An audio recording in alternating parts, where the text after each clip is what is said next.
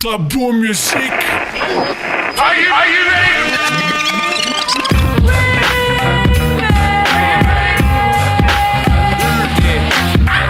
This week for art, we're going to look at graffiti, or street art.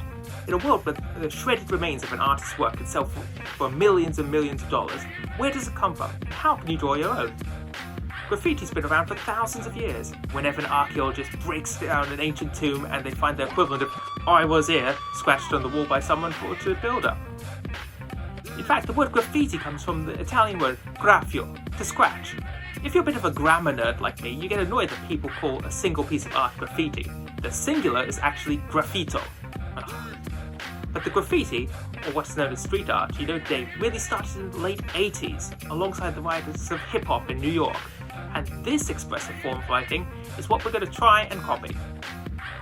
We're going to learn to draw some bubble writing with a drop shadow. Before we start, I should say I'm not a real artist, but with these techniques you can create something amazing.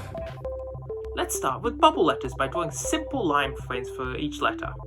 Press lightly with your pencil as we're going to erase them later. Notice I'm rotating the paper to draw straight lines.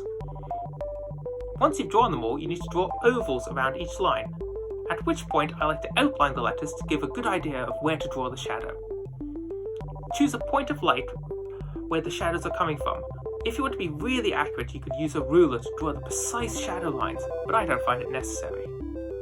Once you finish drawing, outline and then erase all the pencil, leaving a nice clean picture. Try to choose 3 complementary colours for your shading, a light, a medium and a dark colour. But don't worry if you don't have the exact colours. Graffiti is about expression. Any colour is fine. Take the middle colour and draw arcs the furthest side away from your light source. You can use your shadows as a guide. Draw small dashes towards the light and work your way out, colouring the letters.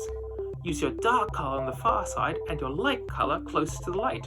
If you're using paints, you can highlight with white, but I'm using pen.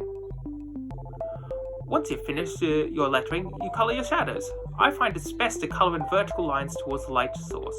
A small technique is to use your darkest colour for the letter to shade over your shadow to tie it all together. Finally, decorate it however you want. Remember, street art is about individuality, so make it really express you. After you've finished, here are some other ideas. Remember to download the worksheets below. Can you identify the ancient graffiti from the start? Use your inference skills to try and predict the time and place they were created. Banksy is one of the most famous street artists. His work is worth millions, but no one really knows who he is. Why don't you research him and the art he's created? Painting on something which isn't yours is vandalism, and it is a crime. People don't always like street art or graffiti. What do you think? Is graffiti a crime or is it art? Thanks for watching and make sure to like and ring the bell. Catch you next time.